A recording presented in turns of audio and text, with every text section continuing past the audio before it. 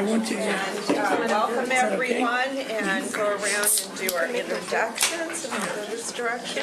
Hillary Wiley, Counselor, City of Springfield. Gino Grimaldi, City of Springfield. Julie Taylor, Finance Recorder. Gary Wiley, LTD Board. Gary Gillespie, LTD District 5. AJ Lane Transit District. Franny Brindle, ODOT. Bill Johnston, ODOT. Paul Thompson, LCOG. Brenda Wilson, LCOG. And Heath Coburg. Patty Giannoni, City of Coburg. Alan Zelenka, City of Eugene, and Mayor Vinnis won't be here today. Petra Sheets, Lane County. Sid Lykin, Lane County Board, and thank you for allowing me to miss the last MPC because I welcomed my first daughter-in-law to my family, so we were preparing for the wedding, so that was exciting. Okay, Christine Lundberg, City of Springfield. And let's go back here and start there and go around. Stephanie Freeman, Lane County. David Reeser, Lane County. Tom Boyott, City of Springfield. Tom Schwartz, LTD. Kelly Hale, LTD. Dan Collister, Lane Council of Governments. Howard Schussler, LCOG. Rob Interfeld, City of Eugene. Alan Courier, LCOG. Kelly Clark, LCOG. Heather Newman, City of Springfield. Jeff Trinity, City of Coburg. Bruce Brand, Lane County, LTD. Rob Zeka, Better Eugene Facility Transportation. Lot Elliott, Angeles, Springfield. Steve Dobrinich, LCOG. Shirley Larry, River Road. Michelle O'Leary, River Road. Okay, great, welcome everyone. Next on our agenda is approval of the July 6th meeting minutes. Do I have a motion? So moved. Second. Second. All those in favor say aye. Aye. Opposed? Okay, that carries. Next is adjustments or announcements. Are there any adjustments or announcements? Yes, Paul. I might as well do it before I forget at the end of the meeting. For those of you who may have been anticipating the OTC meeting here in Eugene in November, they've rescheduled that to Salem. So just so you know, because it was on the calendar earlier, but they won't be coming to Eugene. They have some scheduling difficulties, so they're staying in Salem in November. They couldn't get here or something? Yeah, Right. it's a lot farther. It was a congestion. Congested problem. Yeah. So So crappy. I have one announcement. I want to thank both LTD and ODOT for putting up buses only sign at Q Street and where the MX is, because I personally witnessed at least 3 cars that thought that that was the driving lane, only to get onto the MX lane itself and then do something like try to back their way back out into the traffic. So, or go to the next light. Or just drive on down. Or I've seen yeah, that just too, so. see that too. Yeah, so trying to get a spot where they could see it says bus. So now it says buses only for the people coming from that direction. So thank you so much for getting that installed. It's most appreciated. And so, any other announcements? Okay, comments. I don't have any cards. So. No one has signed up for general comments. Okay, great. All right, then moving on, we have our first item, which is the CMAC, and that's our F-18, and that's Dan, here for the report. Thank you. This item is to present the Transportation Planning Committee's recommendations for funding of projects for the use of 7.1655 million CMAC funds, as well as about 600,000 of residual STBG, Surface Transportation Block Grant funds. In the packet, you have both in the cover memo and in attachment 2A and Exhibit A of the resolution what that recommendation is. I'll just describe briefly how TPC came to this recommendation. It was voted on at the July 19th meeting. They considered the feedback from MPC as well as public comments that had been received to date. They looked at how well the project addresses regional priorities such as safety, preservation of the existing system, reduction of greenhouse gas emissions, and others. They considered the federal required elements of quantification, which are the reduction of coarse particulate matter, as well as the cost benefit, the cost effectiveness of those projects at reducing PM10 emissions. Also, each jurisdiction was asked to prioritize their projects. That was considered, and also the timeliness of the projects and availability of other funding. So at the meeting, all of these things were discussed, and the group voted unanimously to recommend the list of projects that you see for the amounts that you see. Happy to answer any questions that you might have. Any questions, comments? Okay, well, I have my whole packet here of questions and comments. You can tell we're on break here.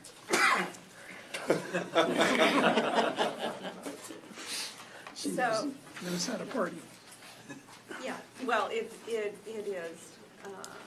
So I just want to, one is say thank you for doing a couple of things. This is for LTD, is the bike parking for the point-to-point, because it is, to me, one of the things that's a barrier to people using a bicycle, is to not provide facilities that look like you want to park your bike anywhere, and to do that. So I'm very happy about that. And I wanted to ask about, and I know that it's going to be in some point in time, but the pedestrian network analysis, and that probably doesn't have to do with the gateway ridership on the MX, but I'm always looking for where we're going to find some funding to take a look at that. So, and that might be coming not under secure or safe routes to schools, but I did want to comment on that too, that I'm happy that there is doing comprehensive mode shift analysis for the data analysis for the safe routes to schools. And the other thing is to have more time to do grant writing, and I'm always the one that's going to say, gosh dang it, we have LCOG, and, you know, and doing some grant writing so that it's not necessarily that we have to put it in CMAQ funding itself, but can we do grant writing via LCOG that does the same thing, that looks for funding for our safe routes to schools. So I'm just going to bring that up as a member agency, is how the heck that we can make that happen. The other thing that I wanted to bring up is the Centennial project, which is actually an LCOG project, but it's Springfield School District, and I drive the route frequently. It is a curvy road, and as much as I'd like to think that all children are completely watching what they're doing when they leave school, there's always the 2 or 3, and one of them does this to the other one, and then they, you know, and they're hopping out in front of your car. So I spoke with our Springfield staff about it, because I threatened that the road cleanup vehicle, street sweeper, I threatened that, gosh, we should just take it out of that, but Tom had a much better idea about putting it in the next step. So I would like everyone to consider that we put that project in the STIP, because we do have lots of kids that walk back and forth. They have no sidewalk, and the road curves, so you don't have a lot of time to look for them, and they're there every single day walking back and forth. So I'm just hopeful that if we approve this today, that we keep in mind that would be a higher priority for, you know, for at least myself and the school district. And I had breakfast with the school district superintendent today, and she was very happy to see that, you know, I was going to advocate that we find some funding for that also. So, with that, any other comment? I have a question. Related. So the CMAQ money is actually an amendment to the MTIP, because we find a air quality conformity determination within the MTIP. This modifies that. CMAQ funds are federal funds, and any use of federal funds have to be admitted into the MTIP, whether it affects our quality or not. So all federal funds have to be programmed in the MTIP. So that's why the resolution actually modifies the MTIP. Correct. That's correct. Okay. Let me make a motion. Yeah. Sure. I move to approve resolution 2017-8. Second. Okay, all those in favor, say aye. Aye. Opposed? Okay. That was much faster. We had a plan. But it looks like that we have, no, I had both. So now it's a 19 CMAC. Public hearing? Oh, excuse me. We were Oh, scheduled to we have were supposed to have a public I'm hearing. sorry. Yes. And there is, Oh, and there's comments. I know, and Rob stood up. Why was I not noticing that Rob stood up? I'm standing right here, Mayor, I wore a coat. I know, how did I miss that? Okay, let's back that motion back I up. withdraw my motion. Okay, we withdraw the vote. We withdraw our Yes. Okay, Sorry. so let's open the public hearing, and we have someone wishing to speak to that topic. Two people. Two people. First person's invisible. Thank you, Mayor. I'm Rob Zakin, Executive Director of Better Eugene Springfield Transportation. In my prepared comments, I was going to thank you for having a second public hearing. So thank you for having a second public hearing. We understand that in Coburg last month, nobody was able to attend that, and so it's great that before you make a decision on how to use these monies, you hear from the public.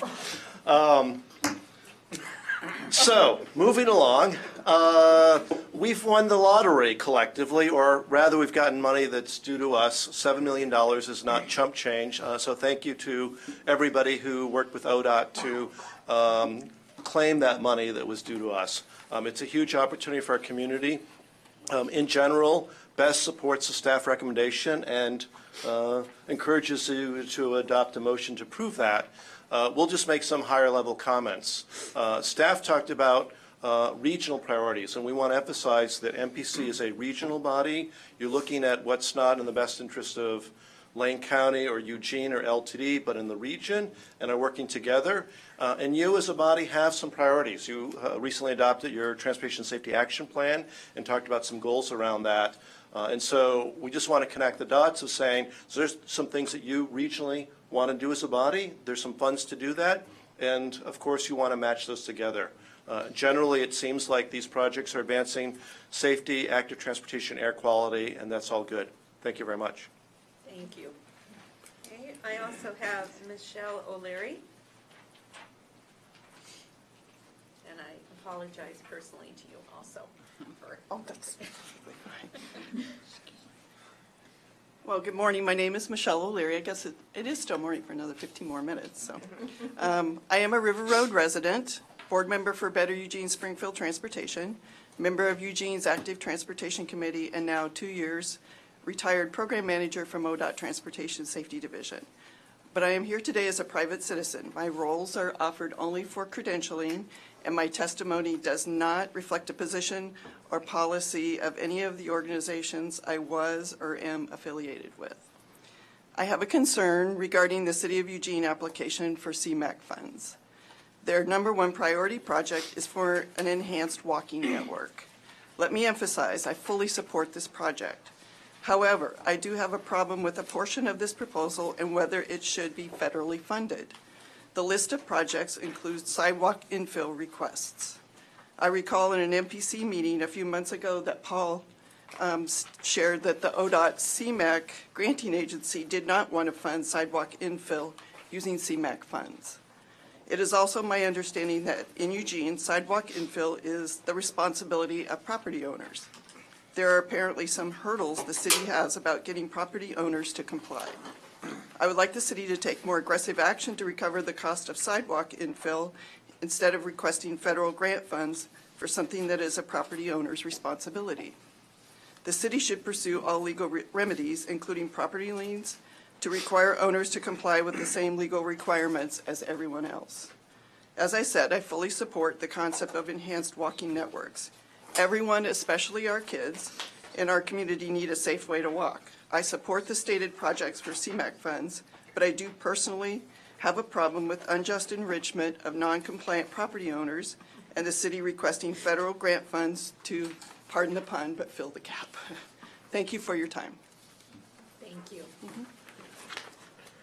Yes, Paul. There is one other person that did not sign up on that sheet that would like to testify. Okay.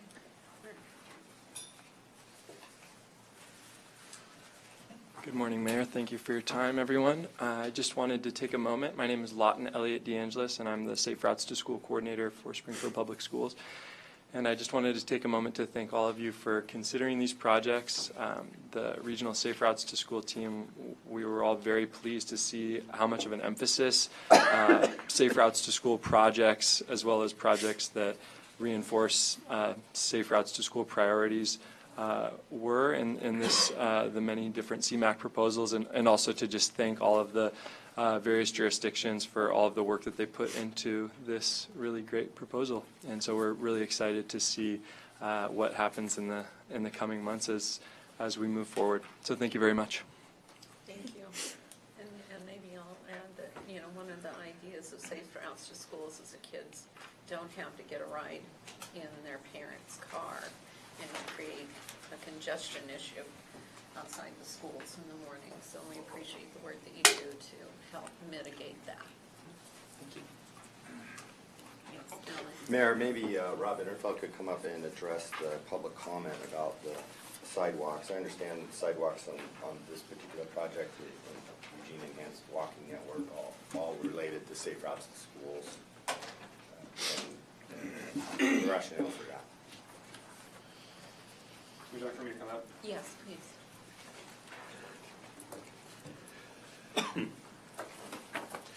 What Councilor Zelenka said is correct. Of this, there are 6 sidewalk projects on the Eugene list.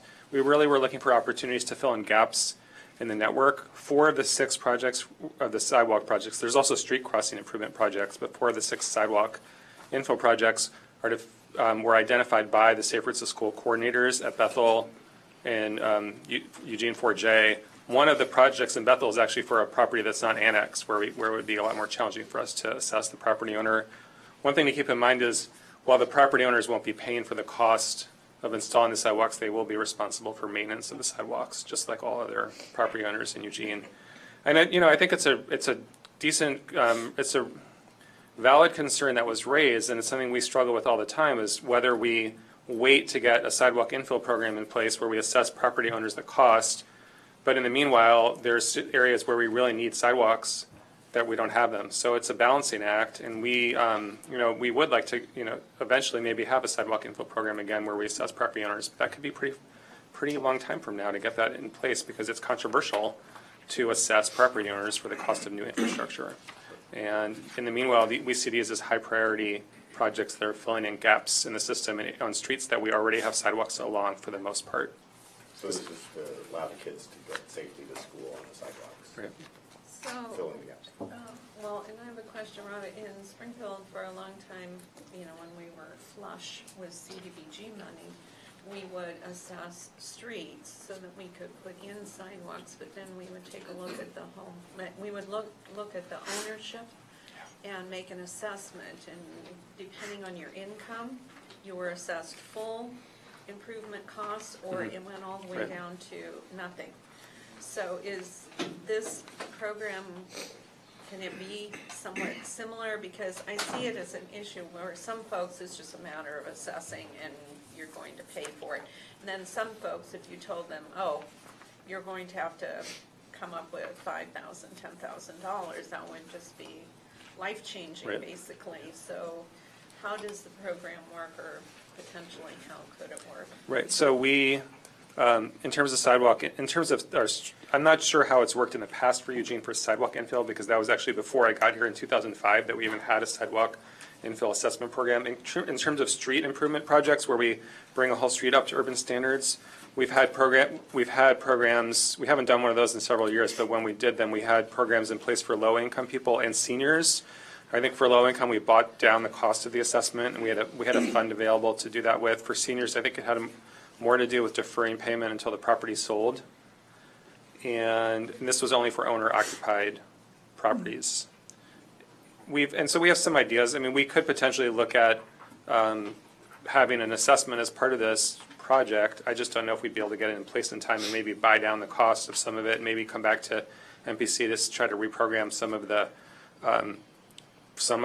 funds to other sidewalk gaps in Eugene. One of the things we've talked about doing is, one of the challenges is like, especially like in the hills, is that the cost of a sidewalk could be quite expensive for one property owner. One idea we've talked about is coming up with a fixed fee per linear foot that property owners would pay if we were to restart a sidewalk infill program. So say it's like whatever per foot, and then we'd have another source of funding to cover the rest, and that would help keep it more affordable for people.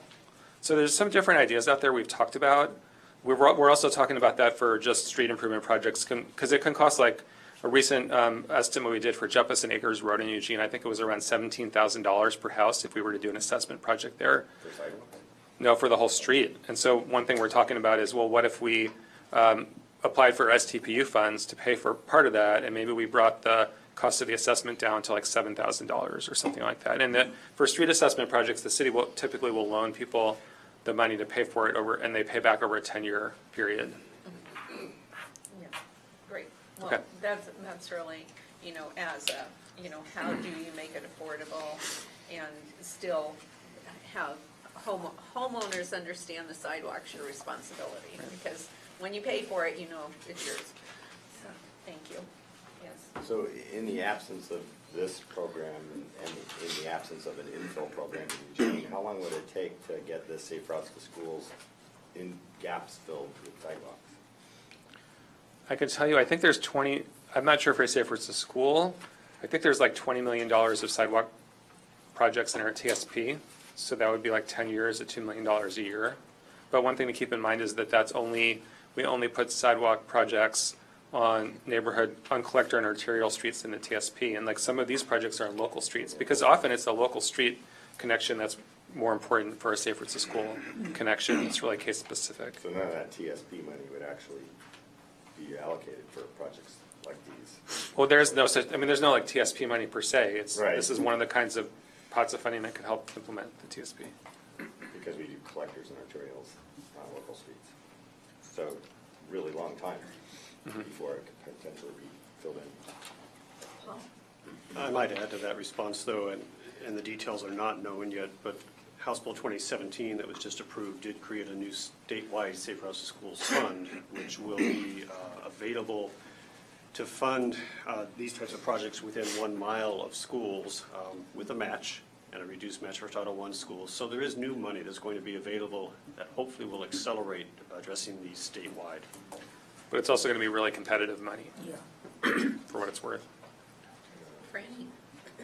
It's also my understanding is if federal funds are used for road reconstruction projects, that you have to address ADA. I'm not sure, but I can tell you whenever we pave a street, we always address ADA. Right, so in that regard, addressing ADA includes not only the sidewalk ramps, but also sidewalks for connectivity for pedestrians. So. Yes, Gary? I'm not sure if I understood this or not, but I thought also the bike assessment fee, that part of that could go towards bike path, roadways, and sidewalks also. It's unclear. Again, the details of that were not specified in House Bill 2017, and some of that will be worked out through rulemaking and program development. So it's a haggle It's thing. possible, but I just can't say yes at this point. Okay. Yeah. Yes, Patty? Just so I'm clear now, because I'm not sure if I followed all of the conversation, is there an expectation that people who live in Eugene and Springfield anyway are responsible for their sidewalk and keeping it right? Maintenance of their sidewalk. So, in light of what Ms. O'Leary, I think her name was, said, do you work, are people assessed currently? Are they assessed? I'm trying to figure out how that works, because it does bother me then that we're asking, like, if you live on this street, somebody's gonna pay for your sidewalk, but if you live over here in Eugene, you're gonna have to fix your own. I'm trying to figure out what the justification of that would be, other than Safe Routes to School. Well, there's two different issues here. One is building the sidewalk in the first place, and the Right. second is maintaining it. Okay, me, So, in this case, the grant would pay to build the sidewalk. Maintaining it is the responsibility of the property owner. We have a sidewalk maintenance program in the city of Eugene, which, much smaller than it needs to be in order for us to really cover the whole city, but a lot of it is dealing with trees that are buckling the sidewalk. Yeah. And it can be complicated in terms of working with the property owner to get it repaired, because we also have to look at do we keep the street tree there? How do we deal with that? But we do have a program, and we do we survey different areas. A lot of it's complaint driven. Right now, we're focused on the downtown and university areas, partially looking ahead to 2021. And we give the property owner a certain amount of time. We'll send them a notice that you need to repair your sidewalk. We'll give them a certain amount of time to do that. And if they don't do it by that time, we'll just come in and do it for them and send them a bill. We offer to do it for them right from the start because we have our own crews who do that work. And we're trying to make it more efficient to do it for them. I mean, trying to make it easy for them by offering it so that they don't have to find a contractor. They pay. That's our sidewalk maintenance, yes. But we have one crew, and so we just can't cover, it would probably take 100 years to cover the entire city with the crew we have. And meanwhile, more trees are buckling up sidewalks. And I mean, the good thing is right now is we know what kinds of trees buckle sidewalks. We don't plant them anymore. But I think the number one problem is sweet gum trees, so is my understanding. so the filling, tend to fall the filling over of the in gaps steps, in too. the sidewalk is for the safe routes to school, where we would take a long time for a property owner to maybe comply with. Well, we don't have a requirement per se that someone has to install a sidewalk in front of their house. Historically, the way a lot of sidewalks in Eugene were built was either by the developer of the neighborhood. More recent, that would probably be in the maybe more recent past, that when you build a subdivision or a house, you have to build a sidewalk. Or this, in the past, the city did have a sidewalk infill program where we would go in and target a street and say, along this street, we're going to assess the property owners to build the sidewalks. In some cases, it's a street that already has a curb and gutter on it, so we're just doing a sidewalk infill project. In other cases, it was a street that was completely unimproved, where we do a street improvement project and assess the property owners for most of the cost of bringing the whole street up to urban standards. So it's not just the sidewalks that we're assessing for, but it's the curb and gutter and the street itself. For some streets, the city pays for things like intersections, or if it's a collector street, we'll pay for the difference in between it being a local street and a collector street. And the same thing for an arterial street. Is that helpful?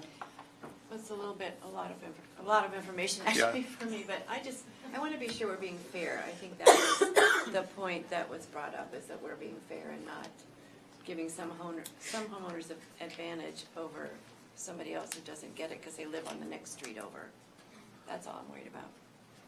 So if you're comfortable with it, then I would be comfortable. I mean, I guess I would just say the city of Eugene believes that these are important projects and that we don't want to, they're priority sidewalk infill projects, and we should move forward with them and not wait for some future date where we have a sidewalk infill program where we assess property owners. Because they're safe out the school routes. Because they're safer. Otherwise, it would get done for years. Right, that's what I'm trying to clarify. Thank you. Tom had his hand up. Well, it was just for Councilor Gianone's benefit. The real issue is that there was a long period of time when sidewalks were not required with development. And that's where our gaps come from. And then that changed in Oregon probably in the 80s or early 90s after the bike ped plan. So everything built since then has required to have sidewalks, but we have this historical legacy of neighborhoods that were fully approved, but without sidewalks. And now we're going back and trying to retrofit those. And the only way to make the property owner pay is through this assessment project process, a local improvement district, and those are very complicated, take a lot of time, and are subject to legal threats. So being able to come back and retrofit with this federal money is something that Springfield's been doing, Eugene's been doing, and it's really the most efficient way to get it done. That helps.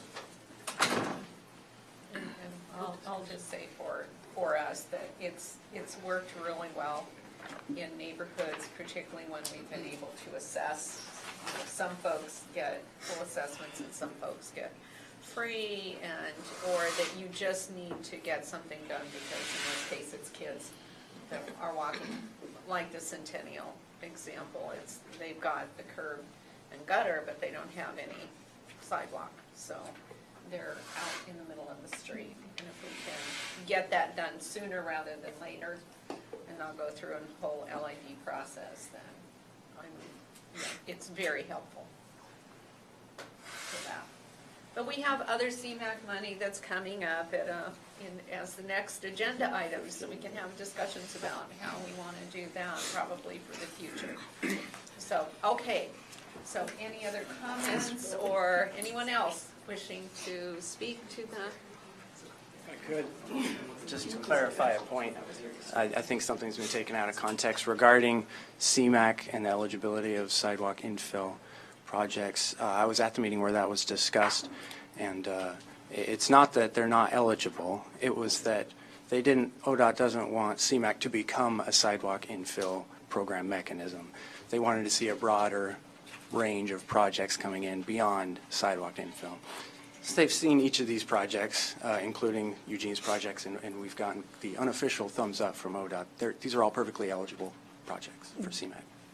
And I think when we talked about it, about this particular set of funding, we talked about it in the context of we have lots of projects that are ready to go for the most part, and that this is something we could do in a short time frame that wouldn't take a lot of additional planning, that we wanted to make that an argument for why we should have gotten the money this is the money we should have gotten a long time ago. So having things that are absolutely on the ground ready was important, and this is one that we could do to increase safety and hopefully got some kids to be able to walk to school instead of having to be driven just because their parents didn't feel safe having them walk out on the street. So, thank you.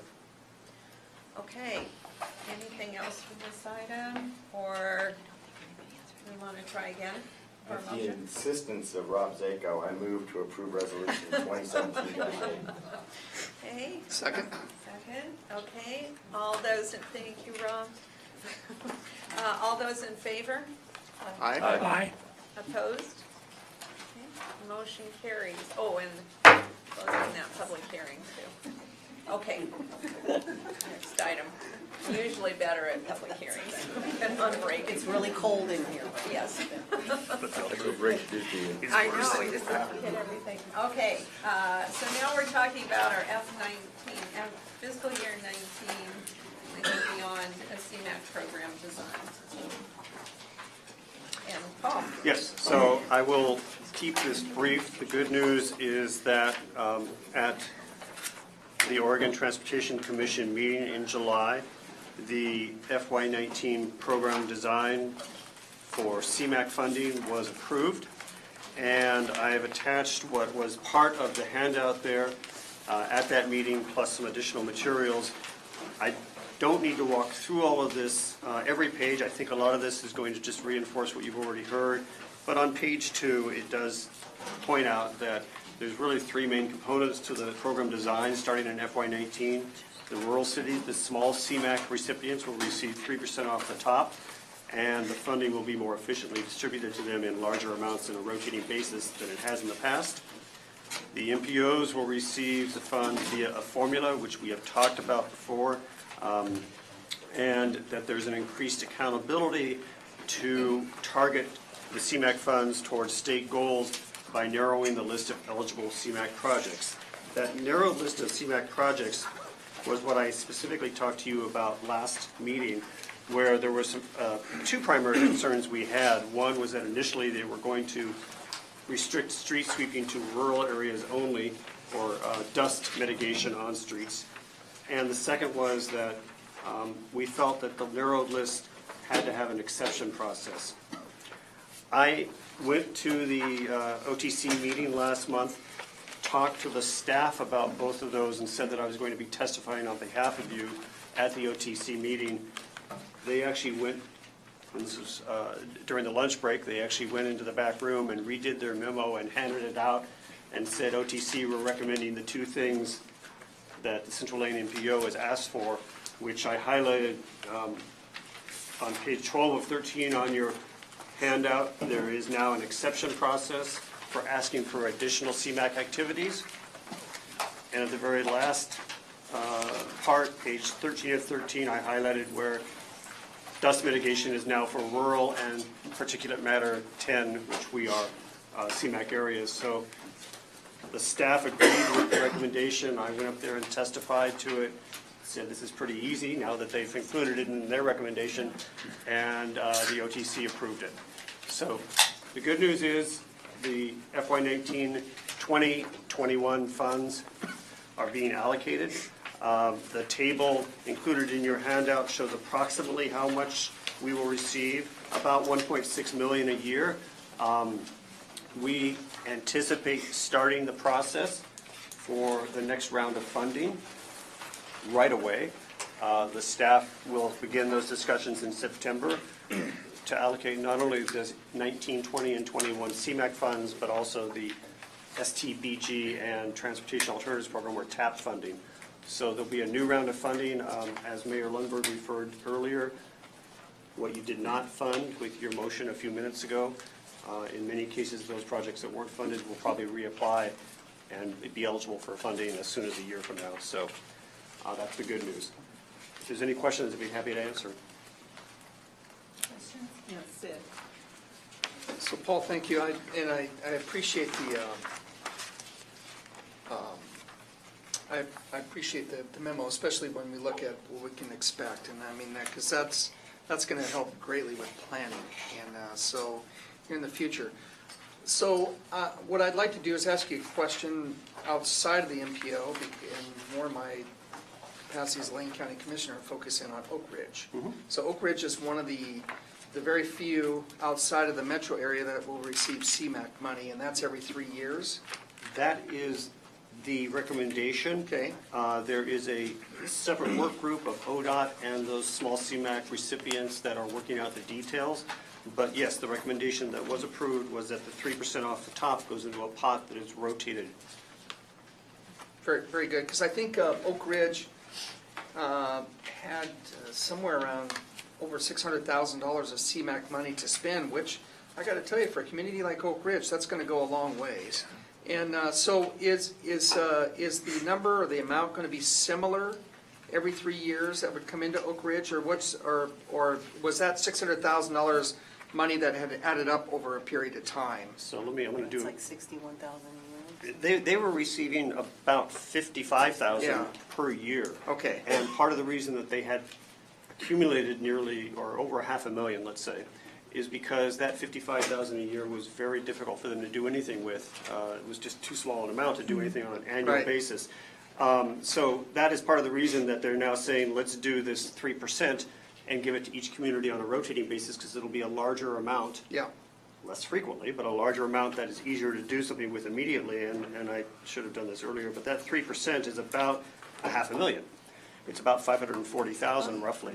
So, you know, every time that Oak Ridge has a turn, they'll receive $500,000 in a lump sum, and they should be able to do one, if not two projects right away, as opposed to having to bank that 55,000 per year. Because I ask these questions because I'm looking at when you, on page 5 of 13, so the increased accountability, but when you get down to state goals, environment, health, equity. So as we know, Oak Ridge is really working hard to position themselves as a true recreational community and as mountain biking. And to me, that fits so well, not only into health, but I think it fits well into the environment as well. And equity, I mean, you could put equity in there too, because I got to tell you, I came away yesterday, I was in a meeting with Oak Ridge, UP, Amtrak, Congressman DeFazio was there, and probably one of the best meetings I've ever been in that involved UP, if you can believe it. I mean, there's actually a plan now, potentially moving forward, to create a whistle stop at Oak Ridge, an Amtrak whistle stop, which to me would just go, I mean, that would be tremendous.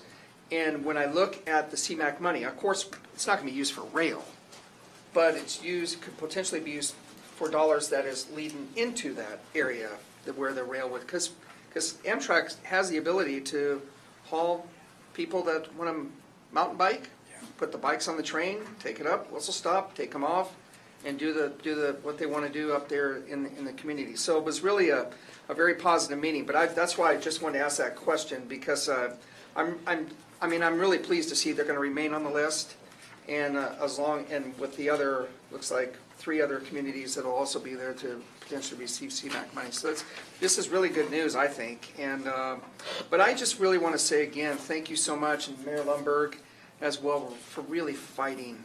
Yeah. And to get the money here. And now we can, this is money we can plan for now in the near future. And I can't say enough, Christine, for you, but Paul and Brenda for your absolutely great work on the staff level to make sure that we're there. And because I've been very deserving for quite some time, and this is going to be very helpful. So thank you very much.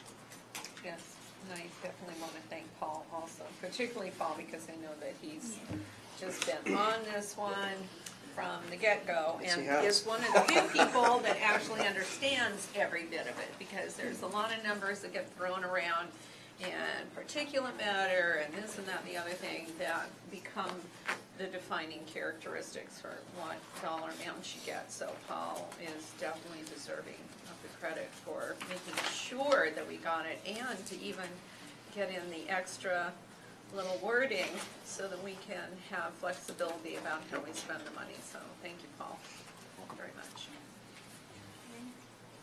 Alan?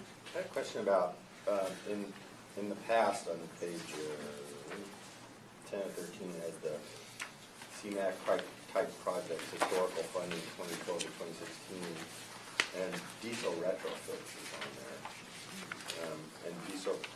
But diesel retrofits isn't on the narrow list. First of all, what is diesel retrofits? I know diesel is a big problem in terms of particulate, and it's a resulting health impacts. And so what is that, and then is it not eligible any longer with the new criteria? Most of that historic percentage you see is because ODOT has taken CMAQ funds off the top to do a statewide diesel retrofit program, and indeed there is a continuing commitment to that. So if you look at page 1, the $18 million a year, there's $250,000 that goes to, and that's Right off the top. That's off the top. That's also the minimum. It probably won't be more than that, but there historically were some times where ODOT took more off the top to put into a statewide diesel retrofit program. Diesel retrofits, basically, there's a couple of things they can do. One of the things that we've done locally here in using diesel retrofit funding is to change truck stops so that they can have electrical plug-ins, so they don't have to idle their diesel 24/7 in order to run their electronics and their air conditioning. They can plug in and get electricity. So that's an example. And so then it's no longer, it's off the top, so it's not an eligible project? I believe if we wanted to fund it locally, it would still be eligible. I'm turning to Dan, although it's a fairly expensive process. Diesel engine retrofits are still eligible for school buses and government fleets, but not for public transit, at least as far as we can tell from what they've said. All right, thanks. Okay. Other comments, questions? Yes, Gary.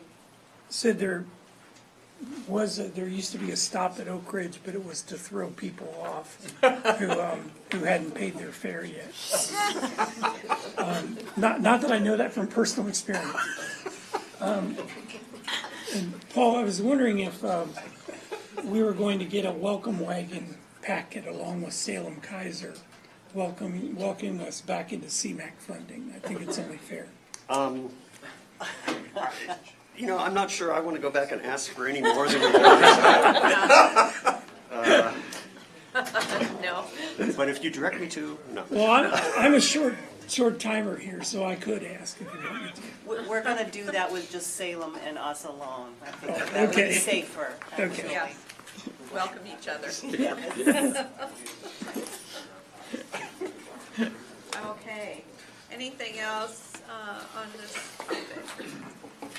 Nope, and that's information only, yes? Yes. Okay, all right, then next item is the legislative update, and that looks like Paul.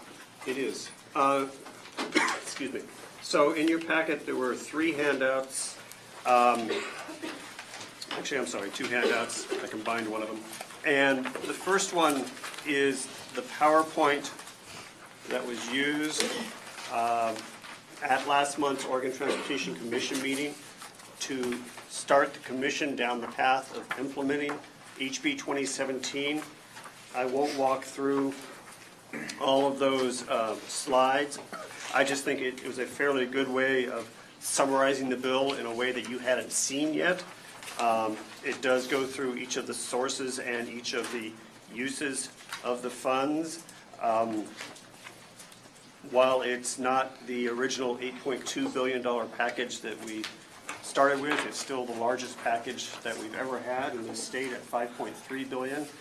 And just to clarify, for those of you, not to criticize anybody, but for those of you who have seen Register Guard articles and editorials that have said it's a $3.8 billion package, it's not. It is a $5.3 billion package.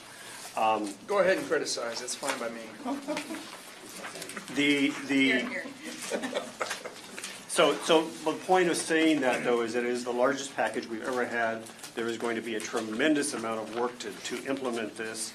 As I mentioned earlier, with regards to Safe Routes to Schools, that's one example of a new funding source that not only has to be implemented, but has to be implemented from scratch. And the bill and the joint committee that drafted the bill purposely left all of those details for the OTC and ODOT to develop. So Safe Routes to Schools, the new transit funding, the new bike ped funding, the new design for Connect Oregon, not entirely new there, and some other things. You'll see a lot of work and a lot of, hopefully, chances for input on those as we move forward. Moving through, there's the third outline, the third handout. I also attached, attachment 3 was some of the things that specifically the OTC is required to do under the House bill. Most of these are around, if you will, the transparency aspect. So the new website, new way of handling audits, the uniform standards for condition reporting, which again will affect the local jurisdictions because the bill called for uniform standards for transportation condition reporting across the DOT and the cities and the counties. So your jurisdictions need to be involved in that. The OTC will be forming a new committee, which is, well, there's a couple of new committees, but they'll be forming a new committee to study value pricing, which is looking really at pre-congestion tolling as well as congestion pricing, pre-construction tolling and congestion pricing. They'll be forming a task force on mega transportation projects to try and develop a more efficient way to deliver the large projects. They're going to be developing the first ever 20-year plan for what projects should be funded and built over a 20-year time frame, very similar in some ways to our MPO's regional transportation plan. I imagine they're going to have lots of input for that and maybe a committee or two there. So you'll be hearing more and more about this, and certainly where I think there's an opportunity for us to be involved or a need for us to be involved, I'll be bringing that to your attention and hopefully getting us represented as much as possible. So if there's questions, again, I'd be happy to answer them. Questions? Yes, So not a question, but again, Paul, I want to say thank you very much for keeping us updated on the package. I know our staff at AOC was at the table a lot, kept us updated, and I'm going to tell you, this was one of the most fluid packages I've ever seen, especially the last 72 hours. It was stunning to see where this thing was going and the revenue that was going to be coming in. And I have since talked to Senator Beyer and spoke to Representative McEwen yesterday and thanked him greatly because that was really like herding cats. And the fact that they were able to kind of keep folks on message and keep things moving the way they did was pretty remarkable. But thank you, Paul, for keeping us updated, because it was very, very helpful, I think, for all of us as we had a chance to go up to Salem and either testify or lobby, wherever the case may be. And I can't thank you enough. I know that I know things were changing. It seemed like every other day for you is you'd have one update and then it would be changing the next day practically. And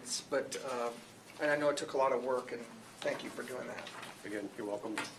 And I will add that in addition to implementing all this, the last 72 hours of deliberations by the Joint Committee, as they either removed things or adjusted things or noted things that they weren't entirely comfortable with, they created a working list to address in the special session starting in February of 2018. So just a few months from now. I've asked for that list, but I haven't received a formal copy of it yet. But there will be another round of small adjustments. Yeah.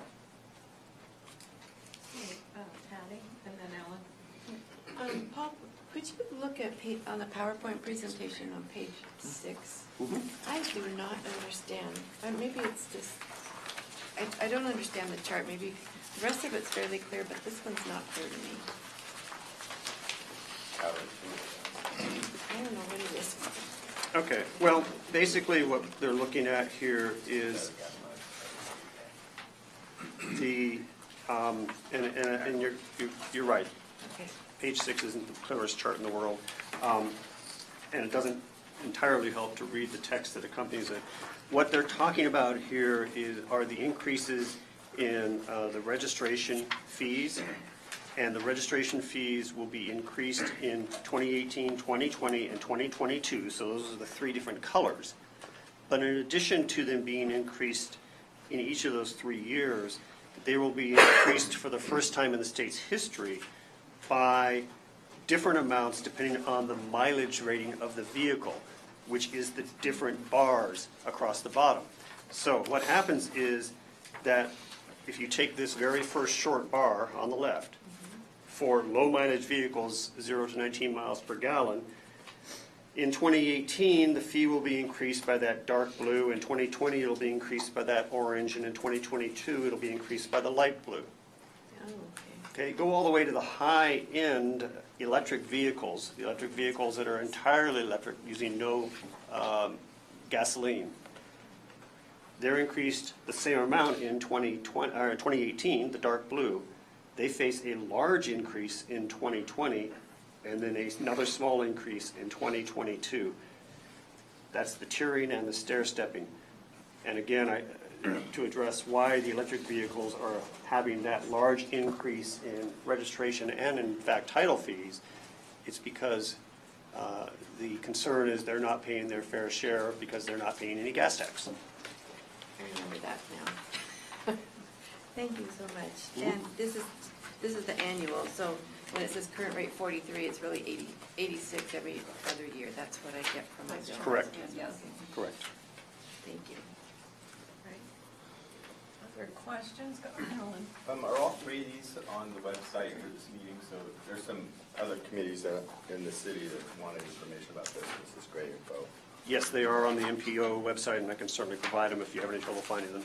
Okay, no, I'll find them. On page 11, Are you looking at that? 12 of the PowerPoint, yeah, the investment strategy, was that the original plan, 8.3, 8 point something? No. Billion? The investment strategy was what came out of, well, let me back up to October of 2015, when, as they do every October, the OTC had their annual workshop. And in October of 2015, they directed ODOT to develop an investment strategy and what it would take, especially with maintenance, to not have things decline. In other words, not to have the status quo red line with no additional funding. The investment strategy was developed starting in October 2015 to inform what they knew would be the 2017 legislative session and hopefully the transportation package. And that investment strategy line would have resulted in essentially keeping the current condition and no further degradation. This shows, the green line shows how far HB 2017 goes towards no further degradation compared to what would have happened if we hadn't gotten 2017. How does the original $8 billion package compare to the investment strategy? What is I'm sorry, I don't know that right off the bat. I don't believe it got us fully towards the investment strategy, but I can't tell you where, how much closer off the top of my head. Next question, page 14, use of salt. This is a stupid strategy. Required use of salt. Targeted use goes through Eugene in our community here on I-5. What does this actually end up meaning? I know it was quite controversial, but there's a lot of environmental damage and infrastructure damage that results from salt, including a lot of the swales and things that we've created on our highways and roads, that salt goes into them immediately and kills all the plants that are in there that are supposed to filter the water, which is counterproductive and kind of a dumb policy. So how did this end up? If you recall, one of the first drafts of the full bill actually would have required the use of salt under certain conditions, not only by ODOT, but also by Eugene and Portland. That requirement was removed. And so now what remained in the bill, in short, is the requirement that ODOT conduct these pilot projects on the use of salt to try and evaluate the effectiveness versus the negative impacts, if you will, and determine whether it should be pursued further, the use of salt, or whether it shouldn't be pursued further. There was quite a bit of pressure after the winter issues that the Portland area in particular faced, but also some other areas of the state faced. There was quite a bit of pressure from certain stakeholders to use salt to take care of this so we don't have another problem like we had. And, basically, I think what happened here is trying to balance those who were concerned about the use of salt and those who were advocating for it. The compromise was a pilot project to try and determine, if you will, more independently what the trade-offs are and whether it should be used or not. Right, because it was apparently predominantly one senator that was kept pushing this, make sure that their roads got salted, even though it's more expensive than some of the alternatives, like the ones we use. Sometimes policies get into things that don't make a lot of sense. On page 16 is the jurisdictional transfers. Yes. There's several of them here. Maybe just walk through, make sure we're clear about that.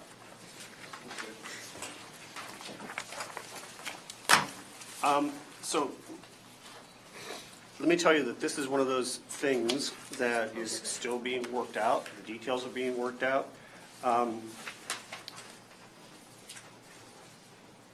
You see on page 16 the 5 jurisdictional transfers within Lane County. Those are all things that the local jurisdictions and the ODOT, and ODOT wanted, so these are good things. The concern is about when they'll happen and is there really enough funding to fully transfer them in the condition that the recipient would like them to be, to receive them in. So I was in a meeting yesterday in Salem where I saw the first draft of the funding and the timing for all of these, not just ours, but the ones throughout the state. They wouldn't let me take a copy of that away yet, but hopefully I'm supposed to have that by next week. It was a spreadsheet that was probably, I'm going to say, 20 columns by about 1,000 rows, because it detailed every project and, everything from the engineering to the construction and how much money. And they admitted that there probably isn't enough money in the bill to do all of these as quickly as everybody would want, and they're still trying to figure out exactly what the bill provided and how they can deliver what the bill directed them to try and deliver. So I can't say much more about it, but I am trying to stay on top of that. I did see the spreadsheet yesterday. It did have numbers attached to territorial and some of these other ones. They told me not to quote them because they were still very preliminary numbers. So we'll wait another week or two until I get that, and then we'll share it with you. Because the import of this is that if they get transferred in a condition that's basically rebuilt new, then the maintenance cost is rather low. But the real importance of this is that the maintenance shifts. Exactly. And so that could be pretty significant. Like in Eugene, Highway 99 is currently ODOT. They just rebuilt a lot of it, great. So now they can transfer it, like we did with Franklin Boulevard, which is awesome. It got rebuilt and then it got transferred to the city of Eugene. So that's the part that I'm worried about is now we have more maintenance responsibilities but we got more money. There is the money that will come from the 50-30-20 split, which obviously some of that would have to maintain these roads eventually. But yes, the local jurisdictions that are receiving these would prefer to get them in as new condition, so the maintenance cost is low, at least initially. One of the other, if you will, concessions that was made in the final bill with respect to understanding there wasn't enough money to transfer these fully as new is that in, I think, every single one of these cases, and it affects some of them more than others, but for instance, in Territorial's case, the bill transfers the roadway, but not the bridges, and it says the bridges will be transferred once ODOT has the money to bring them up to standards. So ODOT will retain ownership and responsibility for maintenance of the bridges until they can reconstruct them and then transfer them. And that would also be the case for 99. We've got the Franklin Viaduct and also the Roosevelt structure over the railroad. Yeah, I think it's the case for every one of these. Yeah. Okay. And then ODOT got Delta Highway as a trade, right, for what? Territorial? No, it was kind of an offset to, you take, Territorial will take Delta, and then here's some more money for Territorial. And that's all being negotiated, but ODOT is interested in taking over Delta, so that it's a connectivity kind of issue for our maintenance. Having 105, Delta, and Beltline all connected for flow of maintenance and operations. Makes sense. Yeah, that does make sense. Okay. It's a big pool. Just speaking of that intersection there, even though the Beltline monies didn't make it into the bill, the money to fix the crisscrossing at Delta Highway Beltline intersection is still programmed in. Exactly, What's the time frame for that? We were having construction, Beltline Delta in 19. Yeah. Pretty quick. Great. 19 will be here sooner than we think, I think. And then one more thing, related to the new public transit program. That's a payroll tax. Yes. And I always say that we only have two good transit systems in the state, LTD and Metro, because they have a payroll tax. Everybody else struggles to keep their systems operating. So this does a statewide collected one, so and it's a modest amount. So that goes on top of what we collect here locally.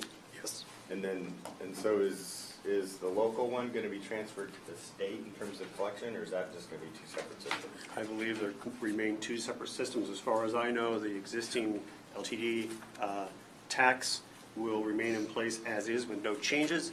The new statewide 0.1% tax on the employee's payroll will be a statewide collection, and then it will be distributed to the transit districts. I believe there's an estimate, I don't remember exactly off the top, but I've heard the number that LTD expects to receive.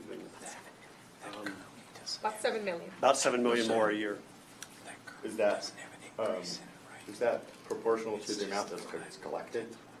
The statewide collection is about 100 million. Recognize, I think there's something like 40 or 50 transit districts in the state, or transit operators, if you will. So is it proportional, AJ? Did we get? They're using a formula as to primarily the money goes back to where it's collected, But there's other factors that are also put in there. We get a decent share, and we were involved in putting that together. And we hope to be involved in putting together the rules that will also be subsequent. Because some of the rural systems wouldn't get enough money if we didn't reallocate. They won't, but there's a formula that has a minimum cap, that way. Right. Yeah. And the metro areas end up helping. them Yes. get funding. And it does call for connecting rural areas Inner-city. to inner city. Part of that money does. How does that affect us locally? Does that like mean like Benita Would that be Junction City? or Junction? Florence. That could be Florence, Florence? yes. Oh, Florence, okay. Yes. Yeah, and, They have a transit system. And as was said, the proportionality is more based on the collection side, so the payroll geographically was the primary factor as opposed to the transit service proportionality, existing transit service. Okay, thanks. Okay, anything else? No, I think one other thing I want to mention, I've talked about all the things to come and implementing this package, and in the FY18, or sorry, calendar year 2018 short session, that they will have some tweaks or adjustments to the bill, the package. The other thing is the gas tax increases. There's a initial gas tax increase that goes into effect in a few months, and then there are 3 more 2-cent gas tax increases. And those 3 more increases are conditional. They weren't just granted outright. It's important to note that they were conditional, and the language in the bill essentially says the OTC needs to demonstrate the need for the additional revenue. So as we approach each of those 2-year increases, we will want to be helping OTC demonstrate the need by advocating for projects that are needed, to put it simply. Just another element of this. Right, yes, Gary. Paul, is there any, I haven't heard anything about it, is there any kind of a petition gathering threat to put this on the ballot? I have talked to some people in Salem and to League of Oregon Cities in particular, and so far nobody is aware of any signature gathering effort for referral. And I'm trying to remember what the time lag is they have to do it. 90 days. 90 days, yeah. Great, thanks. After certified. Yeah, After being signed by the governor, right? yeah. Yeah. But she still hasn't signed yet. Right. I don't- It's not after. I haven't seen it, no. I haven't seen it signed. Not her sign. Anything else? Yeah. Well, we do appreciate, and the fact that, at least for those of us that were part of the big tour, it maybe seemed a little disjointed. And, okay, are we ever gonna get there?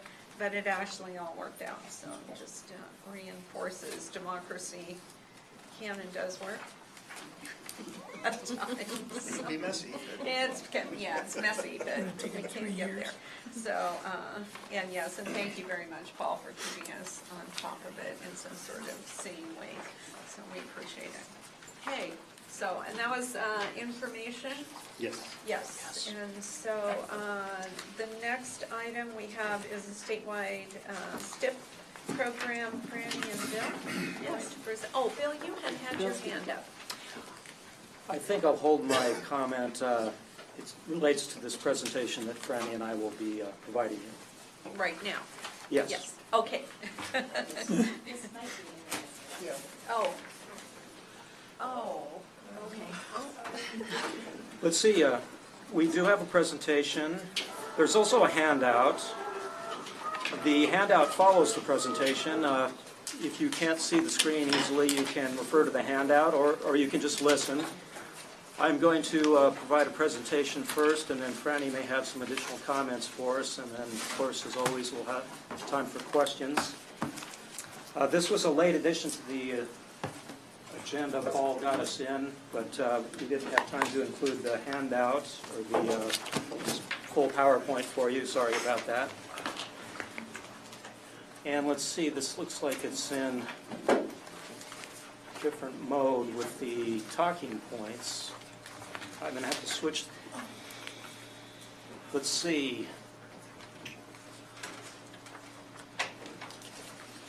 How do you do that? Change View. it. View. Go to the view, please, Kelly.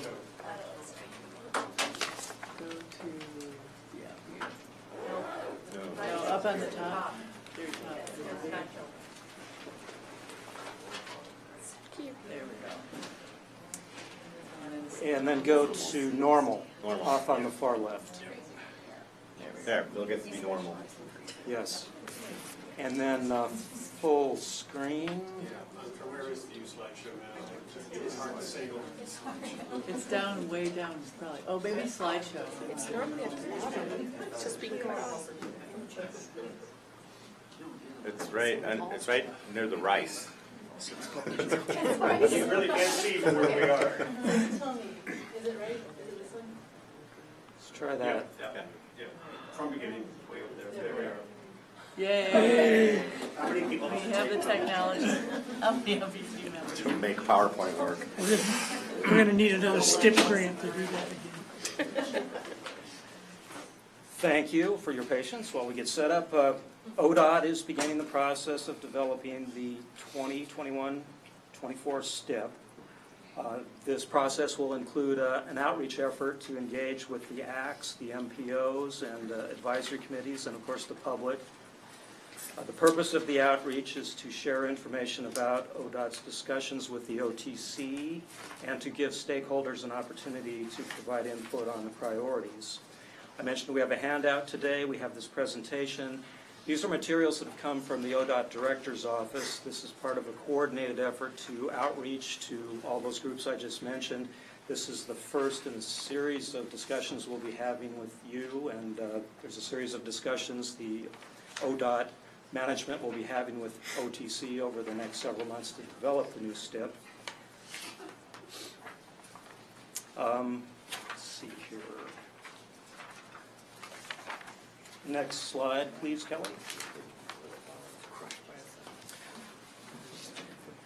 This is a review for most of you, but some of you may be less familiar with the STIP, so this again is a slideshow from the Director's Office that they've asked Franny and I to deliver to you, and we'll be delivering this to the Lane Act next week too. The STIP is the state's transportation capital program. It's part of the overall ODOT budget. It includes only our capital programs. It doesn't include basic highway maintenance. It doesn't include ODOT's administrative functions like human resources, IT, finance. And it doesn't include DMV or motor carrier functions. So it's just the capital program. Next slide.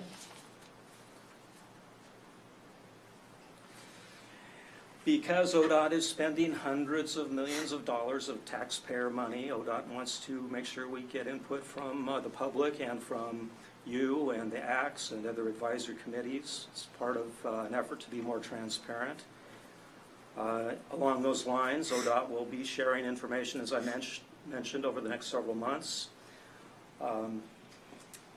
There's an increased effort to make information more available to the public. There'll be emails, enhanced website.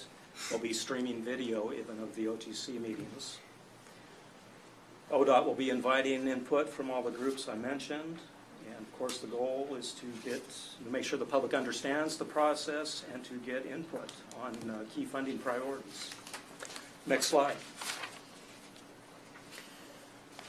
More specifically, ODOT is planning to engage the stakeholders through a variety of meetings. I mentioned the email updates. There'll be a survey released to the public asking them for their input on funding priorities. And again, we'll be seeking input from the ACs, the area commissions, and also the Regional Solutions Advisory Committee. Next slide, please. Here's an overview of the big picture schedule. There's 3 phases to the project. There's a program allocation phase that will be happening this fall. This will determine how to distribute the funding among different programs. Anticipate being completed by the end of the year when the OTC will adopt a funding allocation. Then there's the project selection process. This begins in the winter, extends for 2 years. This is when we'll be outreaching to local communities and looking for project proposals. Probably will be accepting applications for STIP projects next fall, same as we have in the past, depending on how the STIP program ends up. And of course, there's a public review and approval process that happens towards the end, and that's in 2019 and finishing up in 2020. So it's a three-phase process over 3 years. Next slide, please.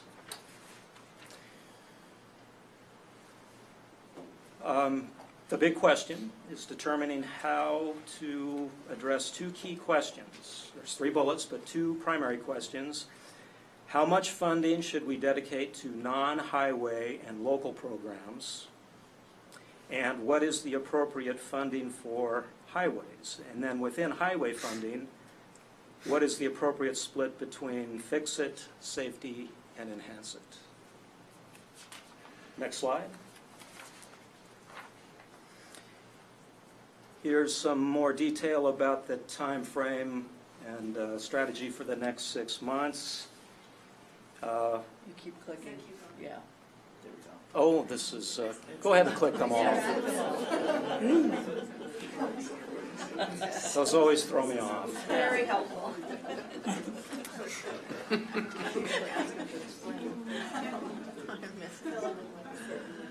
So in July here, we're just beginning the process, establishing the funding framework. Again, these conversations are happening between the ODOT Director's Office and the OTC. In August, we'll be looking at non-highway and local program details, highway conditions and funding scenarios in September. In October, discussing funding scenarios with you and other stakeholders. And in November, we'll be approving those funding scenarios. And all along the way, there'll be an opportunity for you to provide comments. Paul will probably have some more to say about that in a few minutes. Here's a little more information about the funding categories. For the last 2 STIP cycles, the Commission is focused on how funds would be allocated between the 2 major categories, fix it and enhance it. There was also a large category of funding that ODOT referred to as off-the-top funding because it was allocated to programs before splitting the remainder of the money between fix it and enhance it. For this STIP, the Commission wants to approach this a little differently. They're asking ODOT to break up the off-the-top category to provide more transparency in determining what's included in that off-the-top money and how it's allocated.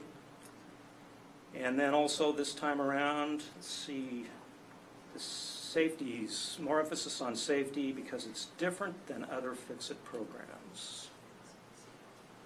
I'll leave it at that. That's the presentation that we've been asked to provide to you. Again, we'll be coming back.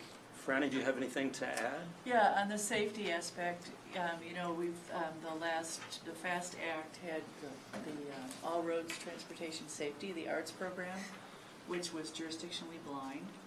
That will be continuing to the next cycle.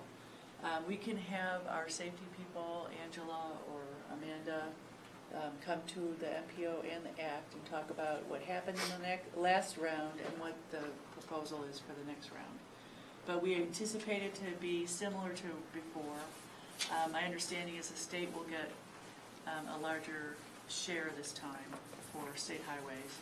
Before it was all the arts money was kind of jurisdictionally blind. Now that'll be, on top of the jurisdictional blind, there'll be an additional amount of money for safety for highways.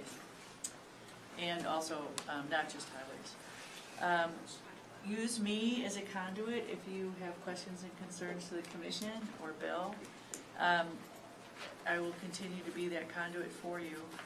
Nowadays, OTC has, they film their meetings now, and so it's really easy. You could go on YouTube and hit Oregon Transportation Commission, and you can see the latest meetings that are, you break them out into morning and afternoon sessions, and you can actually see what the deliberations look like, as well as get the agendas and minutes, etc.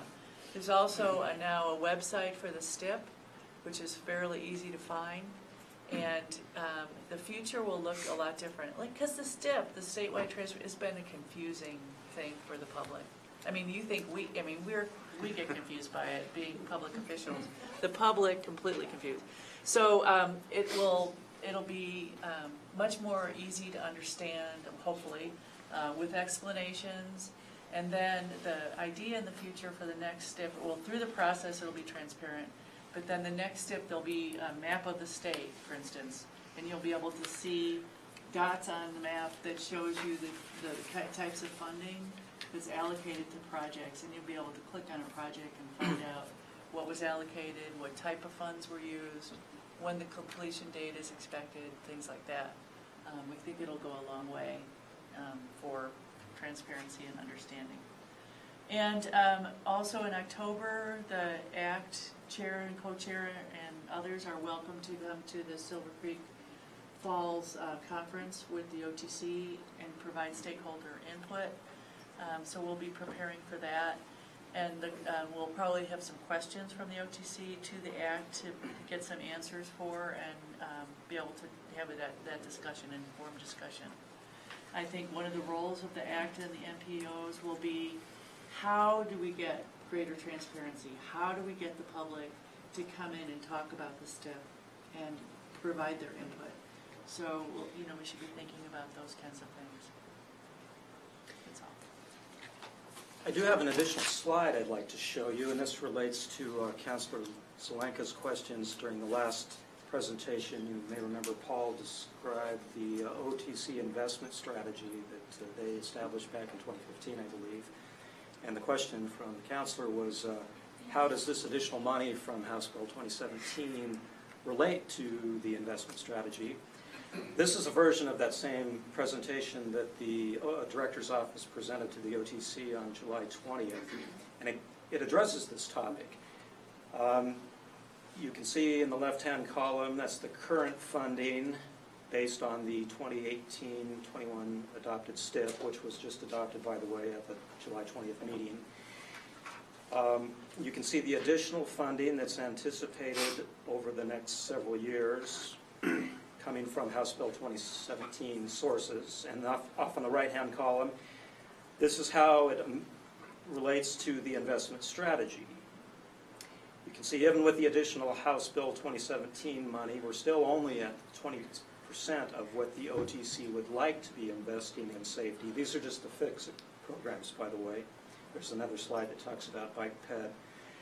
And you can see the relative percentages change off to the right. For bridges, there's more money, and we're closer to the OTC's target of 50%. Preservation, not quite as much, 30%. This is interesting with seismic. You can see the legislature thought that was even more important than the OTC feels about seismic. So we're at 188% of the investment goal for the OTC, if I'm interpreting the slide right. Could I add that the seismic is not just bridges. It could be bridges, shoring them up seismically. It's also landslides.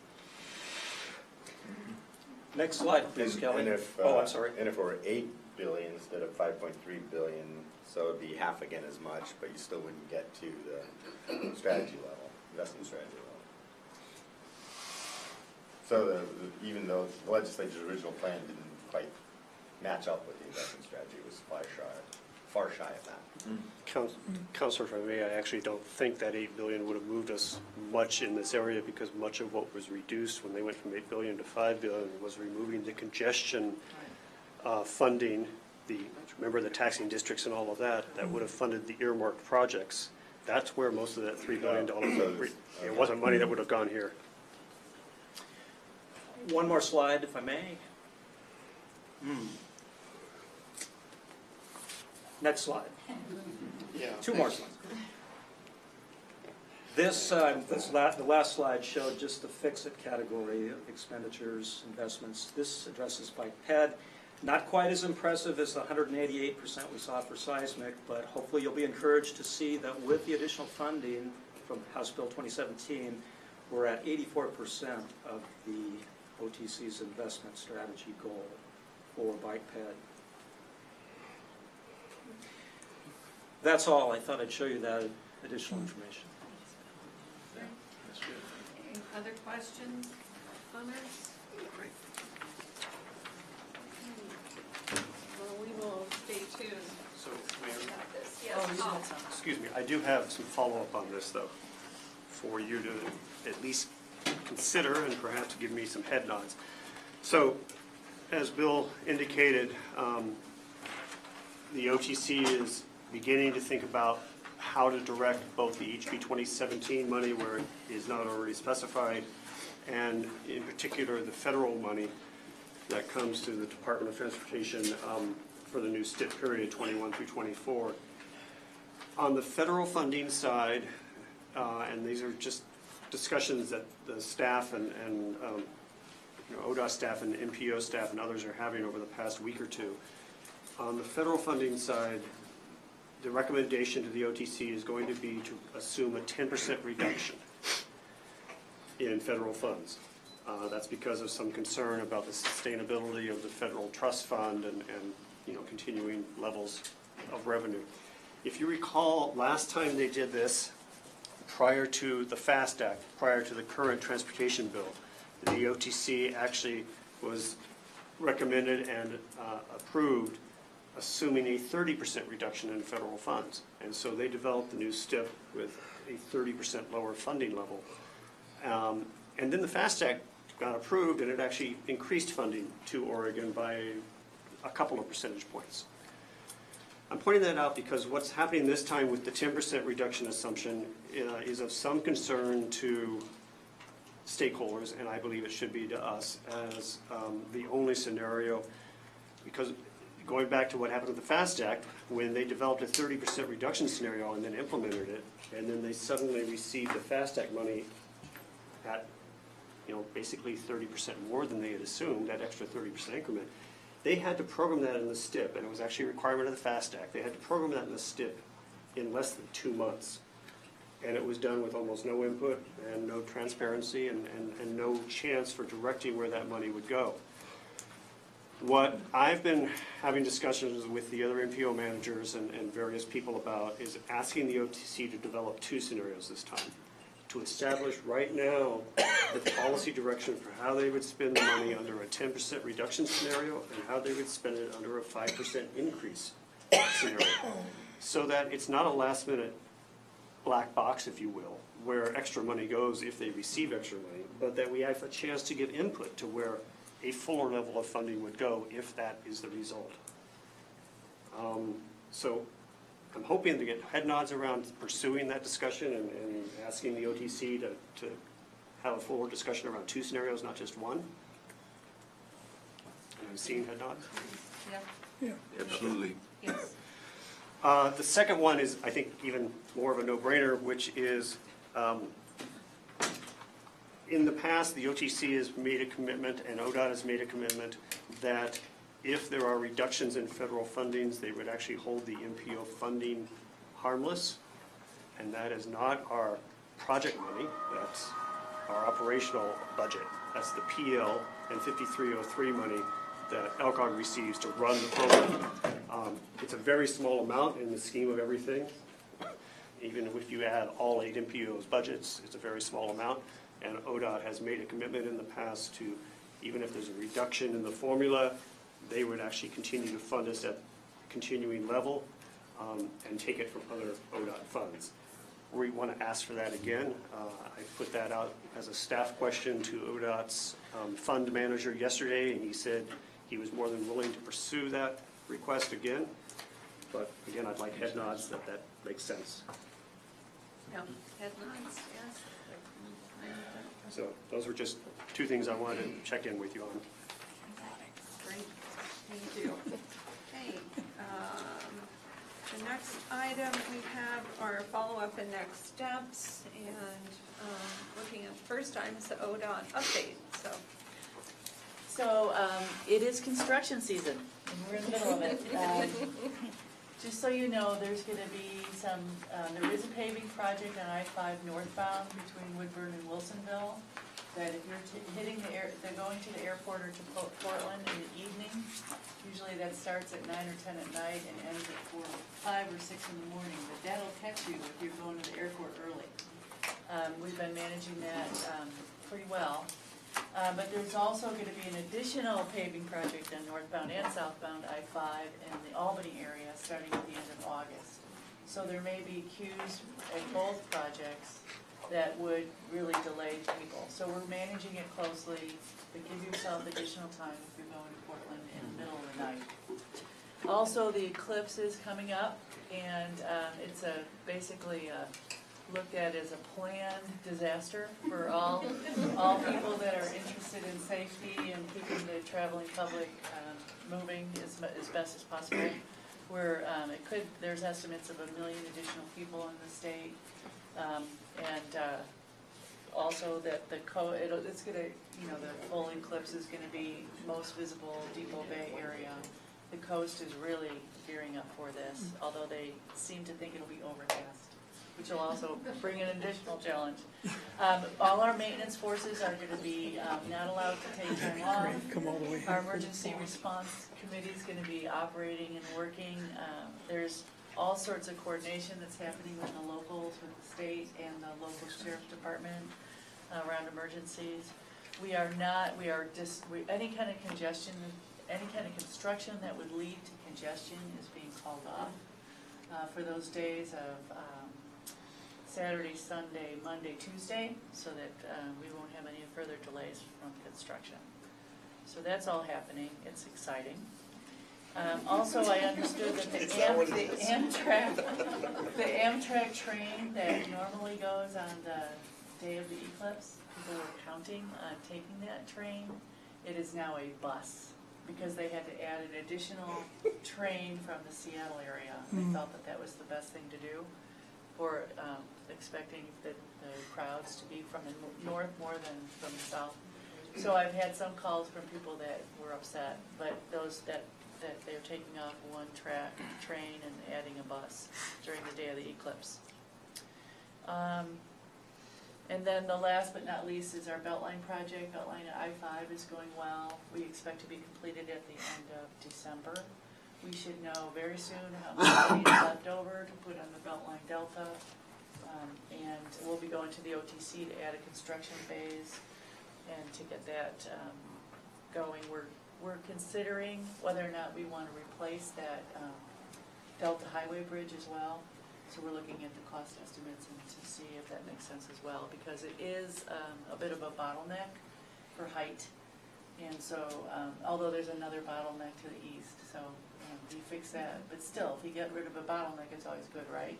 Because you only get to look at these things every, 30, 50, 100 years? So this may be the time. That's all I got. Thank you. Main Street Safety, I'm not even, The same report as Yeah. last month. Yeah. Continuing to expect this scope of work. We're a little behind schedule. We were hoping to start work in September. It's now looking like October, hopefully. But we're making good progress. It is a complicated scope of work, and we'll get started as soon as we can, and we're excited about the opportunity to look at that corridor in more detail. Great, thank you. Okay, rail, do we have any? Yes, I just have a quick thing, aside from the whistle stop in Oak Ridge. Starting today, a new bus service in Corvallis is starting. It'll be a connector service. It'll have 5 stops in Corvallis, and then it will take people back and forth to the Albany Amtrak train station. And so just something to be aware of, that may make travel on the trains a little bit more difficult, as they'll be more packed. That'll run from Thursday through Monday and on all major holidays, and looks like on the day of the eclipse too. So Is that more frequent? Because there was one before. yeah, it's 5 times a day 5 to times a align day. with the schedule of the Amtrak. Okay, Yeah. because I think the other one was only 2 in the morning and 2 in the afternoon or something. Great. So it's to get local people to the Amtrak, get back. Or Beavers to the Amtrak and back. Or you can go to school with OSU too on it. That's right, yeah. More travel on the train is a good thing for us as well.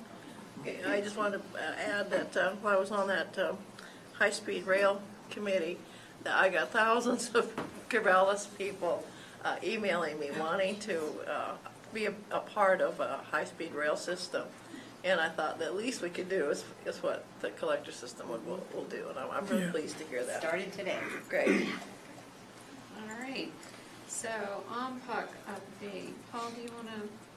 Well, Yes, cancel it. yeah. Unfortunately, OMPUC was scheduled to meet a week from tomorrow on the 11th, and as of today, I'm probably going to cancel it. I need to make a call to the vice chair this afternoon. The chair is not available, and get his confirmation that we need to cancel it. But we had 3 things hit us. Number 1, the registrations are running a little bit light.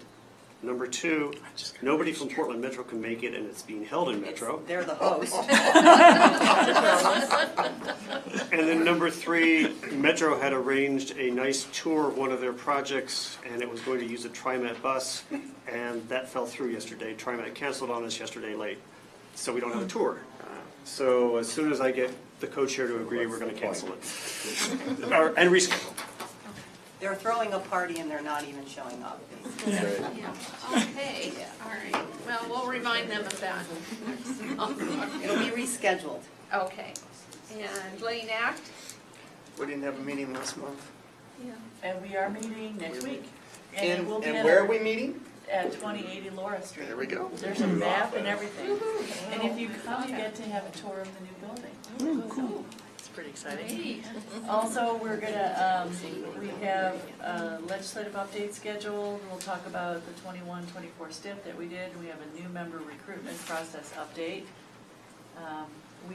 We're getting ready for our next meeting in September, which will be in Florence.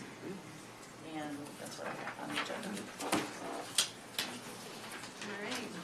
Alan? Has anybody heard anything about appointments to OTC scheduled for that? I have checked daily, and there was no news.